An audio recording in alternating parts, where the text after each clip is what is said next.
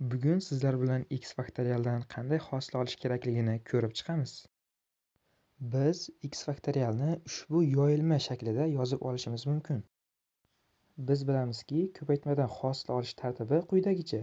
Agar shu tartib bilan hosil olsak, quyidagi ifodaga ega bo'lamiz. Bu ifodamizning chap tomonidagi hadimizni ushbu tenglikka aylantirib olishimiz mumkin.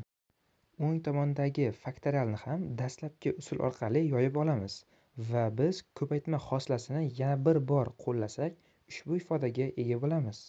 Ifodamizdagi x-1 hosilani ham qisqartirgan holda qavisini ochsak, o'rtadagi ifodani ham kasrli faktorial ko'rinishda ifodalasak bo'ladi. Menimcha, hamma ifodamizdagi qonuniyatni payqagan bo'lsa kerak. O'ng tomondagi ifodani ham shu qonuniyat asosida yozsak bo'ladi va bu to'xtovsiz davom etadi. Agar har bir hadimizdan x faktorialni olib chiqib ketsak, bizda yakuniy natija hosil bo'ladi. E'tiboringiz uchun rahmat. Kanalimizdan uzoqlashmang.